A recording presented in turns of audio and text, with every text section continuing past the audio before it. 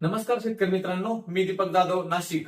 बघा, आज मी टोमॅटो पिकाचं 15 दिवसाचं एकदम व्यवस्थित शेड्यूल तुम्हाला देतो. मी तब्बल 30 वर्षापासून शेती करतो. त्याच्यात टोमॅटो, कांदे, भाजीपाला. त्याच्या आधी 10 वर्ष मी द्राक्षबाग करायचो. आणि बघा, तुम्ही मला 2019 पासून हवामान अंदाज ह्या रूपाने पाहत आले. पण त्याच्याही आधी माझं एक तप 2012 पासून व्हॉट्सअप ग्रुपच्या माध्यमातून माझे फॉर्म्युले खूप जे लोकांनी चोरले, भरपूर लोकांनी त्याचे वापरले आणि कन्सल्टंट लोकांनी तर त्यांच्या शेड्यूल मध्ये टाकले. परंतु 2019 पासून तुम्ही मला हवामान अंदाज रूपाने बघता, तर आज जी काही कंडिशन आहे, तर बघा मागच्या वर्षी खूप पाऊस पडला, त्याच्यामध्ये टोमॅटोला अडचण आली. आणि यंदा जर पाऊस मे महिन्यात जबरदस्त उष्णता होती, त्याच्यामुळे ज्या अर्ली लागवडी झाल्या त्याच्यातील 50% लागवडी ह्या फेल झाल्या. लोकांनी टोमॅटो काढून टाकले आणि त्या बर्निंग झाल्या, एक सरी वाढल्या, बऱ्याच अशा गोष्टी झाल्या. बघा, मी 2 महिन्यापूर्वी एक जो व्हिडिओ टाकला होता त्याच्यात मी स्पष्ट उल्लेख केला होता की मी ज्या 30 वर्षापासून शेती करतो तेव्हा मल्चिंग पेपर नव्हता, तेव्हा बैलाच्या सहाय्याने सऱ्या ओढायचे आणि कॅरेट घेऊन पिंपळगाव देखील जावं लागत नव्हतं. पाट्या भरून आम्ही इंदोर, धुळे, जळगाव, अकोला, अमरावतीकडे माल विकायला जायचो. त्या काळापासून तर आता मध्ये काय बदल झाले बघा. मल्चिंग पेपर आला आणि मल्चिंग पेपर आल्यानंतर ज्या 2 वर्षापासून उष्णता वाढली, तर बघा मित्रांनो, साधारणपणे 2 महिन्यापूर्वी मी एक व्हिडिओ टाकला होता की टोमॅटो लागवड करीत असाल तर असे ग्लास टाका. ते लोकांनी ऐकलं नाही बऱ्याचशा. आता असे ग्लास भेटतात बघा. साधारणपणे ते असे कोरलेले देखील असतात ते. आणि असे ग्लास जे आपण पाणी पिण्याकरता वापरतो, तर हे ग्लास मल्चिंग पेपरच्या टोमॅटो झाड लावलं की लगेच टाकून द्यायचं. म्हणजे काय होतं, बर्निंग जो काही सरफेस पेपरच्या सरफेस टेम्परेचरला जे तापमान आहे ते त्या ठिकाणी लागत नाही आणि बर्निंग होत नाही. टोमॅटो व्यवस्थित राहतात. काकडी, टोमॅटो, मिरची कुठलंही पीक असू द्या. तर असे ग्लास टाकायला मी सांगितले होते. नंतर एक बोडेन नावाचं प्रॉडक्ट जे गारवा तयार करतं ते देखील वापरायला सांगितलं होतं. पण बऱ्याच लोकांनी ते म्हणजे फॉलो केलं नाही. त्याचा त्रास खूप झाला. 50% टोमॅटो उपटून टाकल्या लोकांनी आणि आताही एक सरी वाढत आहे. तर आता मी असं शेड्यूल देतो तुम्हाला मी. तर ते शेड्यूल बघा. तर मित्रांनो बघा, तुम्ही जेव्हा नर्सरीतून रोप घरी आणता, नर्सरीतून रोप घरी आणल्यानंतर लगेच लागवड करायची नाही ती. बघा, आता नर्सरीत कल्टार वापरतात, ड्रिचिंग देखील त्या ठिकाणी करत नाही. त्यामुळे इथे मोठी मरझर त्या ठिकाणी होते. नर्सरीतून रोप घरी आणलं की ते व्यवस्थित घराजवळ व्यवस्थित ते हे करून घ्यायचं आणि ते उन्हात ठेवायचं. संपूर्ण उन्हात आणल्यानंतर एक ड्रिचिंग करायची. स्क्रीनवर बघा ती ड्रिचिंग तुम्ही. हायड्रोजन पेरॉक्साईड आणि एलियट यांचं मिश्रण केलंय. बघू शकता तुम्ही, अजिबात खराब होत नाही. ड्रिचिंग करता अतिशय उत्तम आहे. तर ती ड्रिंचिंग कुठली करायची बघा. तर टोमॅटो रोप आल्यानंतर लगेच त्याला एक पहिल्यांदा झारीनं पाणी मारून घ्यायचं. एक 200-300 रुपयाला झारी भेटते. प्रत्येक शेतकऱ्यांनी ती आपल्या घरी आणली पाहिजे. लोक कशाही पद्धतीने पाणी मारतात, तर तसं नाही. त्या ट्रेवरती झारीने व्यवस्थित पाणी मारायचं. त्यानंतर 1 तासाने एक ड्रिशिंग करायची. तर बघा, ते जे कोकोपीट वापरलं असतं त्या कोकोपीट मध्ये फ्युजेरियम, पिथियम, फायटोप्तोरा, रायझोक्टोनिया विविध बुरशी असतात. आणि या बुरशांमुळे काय होतं, तर टोमॅटोला जे मरझर जास्त प्रमाणात होती. म्हणून ऍलिएट त्या झारीमध्ये किंवा 50 लिटर पाणी घ्या आणि 100 ग्रॅम ऍलिएट घ्या. 2 ग्रॅम ऍलिएट घ्यायचे, लक्षात घ्या. 2 ग्रॅम लिटरला 2 ग्रॅम ऍलिएट घ्यायचे. 50 लिटर पाणी करून घ्यायचे त्याच्यामध्ये. किंवा झाडी जर 10 लिटरची असेल तर 20 ग्रॅम ऍलिएट घ्यायचे. आणि त्याच्यामध्ये सिल्वर हायड्रोजन पेरॉक्साईड बऱ्याच कंपन्यांचं येतं, कुठल्याही कंपनीचं घ्या. त्याच्यामध्ये साधारणपणे 50 लिटरला 150 मिली, 100 ते 2 मिली ते देखील घ्यायचंय. 2 मिलीनं सिल्वर हायड्रोजन पेरॉक्साईड आणि 2 ग्रॅमने ऍलिएट असं घेऊन गच्च स्प्रे द्यायचा आहे. त्याच्यामुळे तुमची कुठलीही मरझर होणार नाही. आणि मी स्क्रीनवर देखील टाकतो बघा. त्याने ऍलिएट आणि सिल्वर हायड्रोजन पेरॉक्साईड याची जी कॉम्पॅटिबिलिटी म्हणजे मिक्सिंग अजिबात फुटत नाही किंवा अतिशय सुंदर रिझल्ट येतात. ऍलिएट हे डम्पिंग व काम करतं आणि सिल्वर हायड्रोजन पेरॉक्साईड असे ते बघा डॉक्टर आपल्याला जे जखम निर्जंतुक करण्याकरता वापरतात. तर तुमच्या कुठल्याही प्रकारच्या घातक आणि सगळ्याच प्रकारच्या बुरशींचा नाश करतं ते. आणि क्विक त्यानंतर त्याचा असर कुठलाही त्याच्या ठिकाणी राहत नाही. असं झाल्यानंतर 3 दिवस ते रोप लावायचं नाही. म्हणजे 1-2 आणि 2 दिवस तरी ते रोप तसंच हार्डनिंगला तुमच्या घरी ठेवायचे आणि तिसऱ्या दिवशी त्याची लागवड करायची. आता लागवड करताना काय करायचं बघा. एक औषध सांगतो मी तुम्हाला त्या ठिकाणी, वारी आणि रायझा. तर हे माझ्या प्रॅक्टिस मधल्या रायझा काय आहे, मॅग्ना रायझा. हे रायझा म्हणजे मायकोरायझा आहे. आता मायकोरायझा ह्या सूक्ष्म जेव्हा त्या कोकोपीट मध्ये जे मुळीला जलद चालना देतं. रायझा हे 1 ग्रॅमने घ्यायचंय आणि 50 लिटर पाणी घ्यायचंय आणि त्याच्यामध्ये साधारणपणे वारीमध्ये काय आहे बघा, वारी हे असं आहे की त्याच्यामध्ये नायट्रोजन, फॉस्फरस, पोटॅशियम, कॅल्शियम ह्या ज्या ऑब्सर्प्शन बॅक्टेरिया आहेत, तर त्या बॅक्टेरिया असतात त्यावेळी ते ट्रे त्याच्यामध्ये बुडून घ्यायचे. अशा पद्धतीनं ते मी स्क्रीनवर देखील टाकतो, ते बघून घ्या.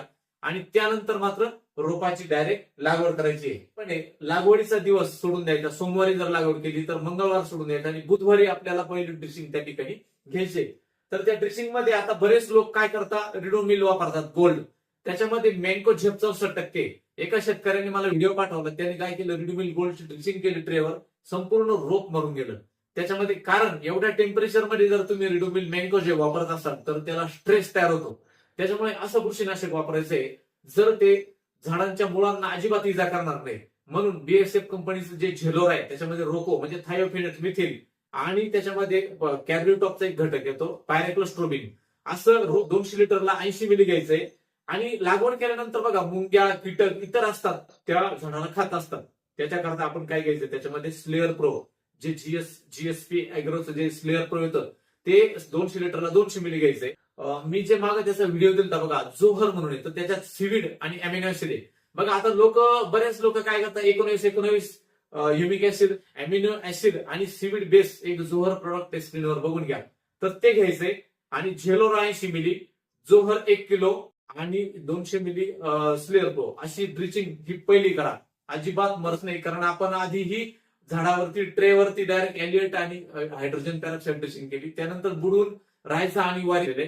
त्याच्यानंतर झेलोरा तिसरी ड्रिचिंग झाली आहे. आता 3रा दिवस झाला, 4था दिवस जाऊन द्यायचा आहे. 5व्या दिवशी तुम्हाला ड्रेसिंग करायची आहे. बघा याच्यामध्ये कोकोपीटला मुळी सेट झालेली असते, त्याच्यामुळं मुळी जलद दुसऱ्या दिवशी मुळी लगेच जमिनीमध्ये पास होते. त्याच्यामुळे ड्रिचिंग ही 5व्या दिवशी पासूनच आपल्याला न्यूट्रिशन सुरू करायचंय. जसं लहान बाळाला आपण ग्राईप वॉटर देतो, त्याच्यात विटॅमिन सगळ्या प्रकारचे 50 प्रकारचे सगळे मायक्रो न्यूट्रियन्स असतात. आणि बघा टोमॅटोची फुटवे का निघत नाही याचं कारण सांगतो तुम्हाला. आपण काय करतो, 19 घेतो ड्रिचिंग मध्ये, 12 घेतो, त्याच्यातून फक्त नायट्रोजन आणि फॉस्फरसच जातो. मुळात म्हणजे वनस्पतीला 16 अन्नद्रव्य लागतात. Nitrogen, phosphorus, potassium, calcium, magnesium, गंधक, झिंक, बोरॉन, मॉलिब्डेनम, कॉपर आणि अन्य सगळे जे काही सिलिकॉन, कोबाल्ट, सगळ्या प्रकारचे मॉलिब्डेनम म्हणजे सगळ्या प्रकारचे अन्नद्रव्य लागतात. आणि आपण ते देत नाही. मुळात म्हणजे मायक्रोन्यूट्रॉन कधीतरी महिन्याला दिला तर किंवा शेतकरी देत नाही. त्याच्यामुळं झाड हे फुटवे काढत नाही. म्हणून मी त्या ठिकाणी 5व्या दिवशी अल्बर्ट सोल्युशन जे ओमेक्स कंपनीचं आहे त्याच्यावर व्हिडिओ देखील दिलेला आहे. आता अल्बर्ट सोल्युशनच काय घ्यायचं, अल्बर्ट सोल्युशन मध्ये स्क्रीनवर बघा सगळ्या प्रकारची न्यूट्रिशन असतात, मुख्य, दुय्यम आणि सूक्ष्म. त्याच्यामध्ये अन्य देखील विटामिन सगळ्या कंपनीने ऍड केलेले. त्याच्यामुळे काय ते घ्यायचंय. ते जेव्हा जातं झाडांच्या मुळांना तर ते लगेच शोषलं जातं. आणि त्याने काय होतं की शोषलं गेल्यामुळे लगेच झाडाला जलद त्या ठिकाणी सगळेच न्यूट्रिशन भेटतात आणि आपल्याला फुटवे काढण्याकरता एक अनुकूल परिस्थिती बनते. हा एक मुद्दा शेतकऱ्यांनी चुकवला. त्या ठिकाणी फक्त 19 घेतलं, त्याच्यामुळे अजून स्ट्रेस आला झाडाला. तर हे फक्त 1 किलो घ्यायचं आहे अल्बर्ट सोल्युशन. आणि त्याच्यामध्ये काय घ्यायचंय, स्क्रीनवर बघा एक रत्नधारा म्हणून प्रॉडक्ट आहे, तर ते घ्यायचंय. तर स्क्रीनवर बघा हे रत्नधारा काय आहे, तर रत्नधारा हे कोंडा लॅबोरेटरीज आहे. कोंडा लॅबोरेटरी मी ज्या कंपन्या वापरतो ते ब्रँड वापरतो कधीही. कोंडा लॅबोरेटरीचे नुऑक्स तुम्ही वापरता द्राक्ष बागेला, लॅबोरेटरीचे ऍडमोअर, थिलर, नुऑक्स जे कीटकनाशक तुम्ही वापरता तर अतिशय ब्रँडेड असतात. तर त्यांचं जे आहे ते अल्बर्ट सोल्युशन मध्ये रत्नधारा नावाचं एक औषध येतं. त्याच्यामुळे काय होतं की बघा त्याच्यात एकदम दूर तुम्ही स्मेल जर घेतला तर गुळासारखा स्मेल येतो. त्याच्यामध्ये जे काही गोष्टी वापरल्या, अमिनो ऍसिड आहे, त्याच्यात magnesium, boron, cobalt, molybdenum, seaweed, फुलविक, vitamin सगळ्या गोष्टी आहे. त्याच्यामुळे झाडाला फुटवे निघण्यात अतिशय. नंतर 7व्या दिवशी तुम्ही एक स्प्रे घ्यायचा आहे. तो स्प्रे मी मागच्या शेड्यूल मध्ये देखील टाकला होता. विलूड क्रॉप सायन्स कंपनीचं बॉन्ड येते, विलूडची बॉन्डची पुडी मी स्क्रीनवर टाकतो बघा. ती 30 ग्रॅमची असते. तिच्यामध्ये बिस्लरीच्या बाटली, रिकाम्या बाटलीमध्ये ती ओतून घ्यायची आणि तिच्यामध्ये पाणी टाकून ती हलवून घ्यायची आणि त्याच्यामध्ये 5 पंप करायचे. त्याच्यामध्ये बघा शिकार पंपाला 200 मिली घ्यायचे ते स्टॉक सोल्युशन. आणि त्याच्यामध्ये बायोआर 303 किंवा देखील घेतलं तरी चालेल. एक बॉन्ड जवळपास बघा 8 ते 10 वर्षापासून मी शेतकऱ्यांना फुटव्यांकरता हे देतो. विलूड क्रॉप सायन्सचे मल्टीनॅशनल कंपनी. तर त्याच्यामध्ये बीटा हिटोस्टेरॉल आणि स्टिग्मॅरिस्टॉल हे कंटेंट भारतात कोणाकडेही नाहीये. याचा स्प्रे केल्यानंतर जबरदस्त फुटवे निघतात. तर बघा त्याच्या फॉर्म्युला देखील मी दिलाय. तर अशा पद्धतीनं ते कट करून घ्यायचंय. अशी पिवळ्या कलरची पावडर येते बघा, अशा पद्धतीने ती बघा, दिसतंय तुम्हाला ती. भगव्या कलरची पावडर, नारंगी पावडर असते, तर ती याच्यात टाकून घ्यायची अशी बघा, अशा पद्धतीने. आपल्याला पाणी टाकायचंय बघा, मग जोरात घालून घ्यायचं म्हणजे ते मिक्स होऊन जाईल बघा. त्याच्यानंतर याच्यामध्ये पूर्ण 1000 मिली म्हणजे 1 लिटर पाणी तयार करून घ्यायचंय. आता हे पूर्ण 1000 मिली तयार झालंय. व्यवस्थित डिझॉल्व्ह करून घ्यायचं, हलवून घ्यायचं चांगलं. शिकार पंपाला 200 मिली म्हणजे याच्यात 5 शिकार पंप तयार होतील, लक्षात घ्या. म्हणजे याच्यामध्ये 200 मिली घ्यायचंय एका शिकार पंपाला. नंतर बायोविटा एका शिकार पंपाला 40 मिली घ्यायचंय. आणि त्यानंतर बायो आर 303 हे घ्यायचंय 40 मिली. अशा प्रकारे माझं जे कॉम्बिनेशन आहे फुटव्या करता एकदम खतरनाक. त्यांनी सगळं कीटकणी देखील नियंत्रणात आणि फुटवे देखील झाडाला जोरदार निघतात. स्प्रे द्या. बॉन्ड हे जे पीजीआर आहे हे वेगळंच काम करतं, फुटवे काढण्याचं अतिशय उत्तम काम करतं, ते घ्या. आणि हा स्प्रे घेऊन 7व्या दिवशी द्या. आता 7, 8, 9 आणि 10 असे 3 दिवस मध्ये गॅप द्या त्याच्यामध्ये. त्यानंतर 11व्या दिवशी एक ड्रेसिंग करायची, ती म्हणजे ओमेक्स कंपनीचं हिनिंग सोल्युशन. आता हिनिंग सोल्युशन काय आहे, तर त्याच्यामध्ये 114411 आहे. तर बऱ्याच कंपनीचे आले. आता मी मागे जे व्हिडिओ बनवला तर बऱ्याच दुकानदारांनी ते डुप्लिकेट देण्याचं अल्बर्ट सोल्युशन दुसऱ्याच कंपनीचं देतात. तर तसं न करता त्या वापरा, कारण मी ब्रँडला कधीही महत्व देतो. आता आपले हिनिंग सोल्युशन स्क्रीनवर बघा, हे 114411 हे 1 किलो घ्यायचंय त्याच्यामध्ये. आणि त्या कोंडा लॅबोरेटरीचं मास्टर स्ट्रोक हे घ्यायचंय. तर त्याच्यामध्ये ऑर्गॅनिक नायट्रोजन, फॉस्फरस, पोटॅशियम त्याच्यात काय काय असतं बघा, तुम्ही बघू शकता.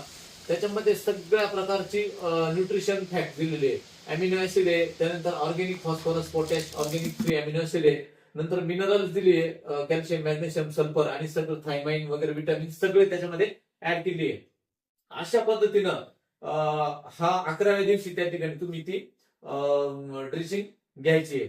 त्याच्यामुळे काय होतं मित्रांनो, की मी जो संतुलित ग्रेड त्या ठिकाणी दिलेले आहे, तर याचा या ठिकाणी वापर करा. आणि बघा तुमचे टोमॅटो 15 दिवसापर्यंत हे शेड्यूल दिले, तर हे शेड्यूल वापरा.